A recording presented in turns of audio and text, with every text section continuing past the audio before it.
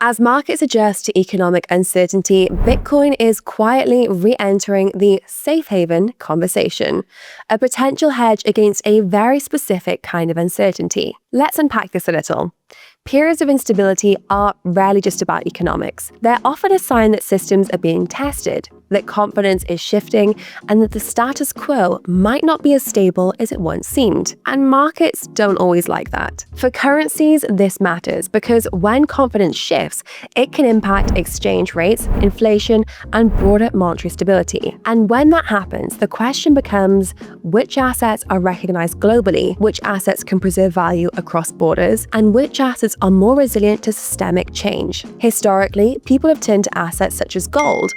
But now, for a growing number of people and institutions, Bitcoin is part of that mental model. Bitcoin is not a hedge in the traditional sense. It's volatile and it isn't issued or guaranteed by any government. But that might be precisely the point. It doesn't need a central bank and it isn't tied to any one system.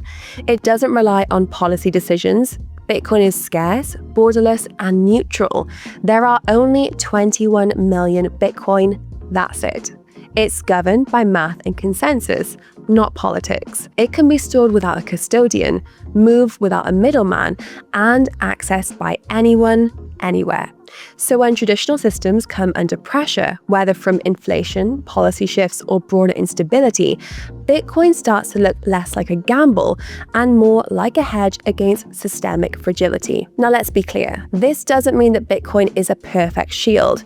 It's not a savings account and it won't perform predictably in every single scenario. But in a world where systems can shift quickly, Bitcoin offers a different kind of purpose, one rooted in decentralization. It's not without volatility, of course, but that can also be what makes it behave differently to traditional assets. And that difference is increasingly valuable. And over time, that's been reflected in performance. If we look at how much Bitcoin has outperformed gold over the last 10 years, the result is quite eye-opening.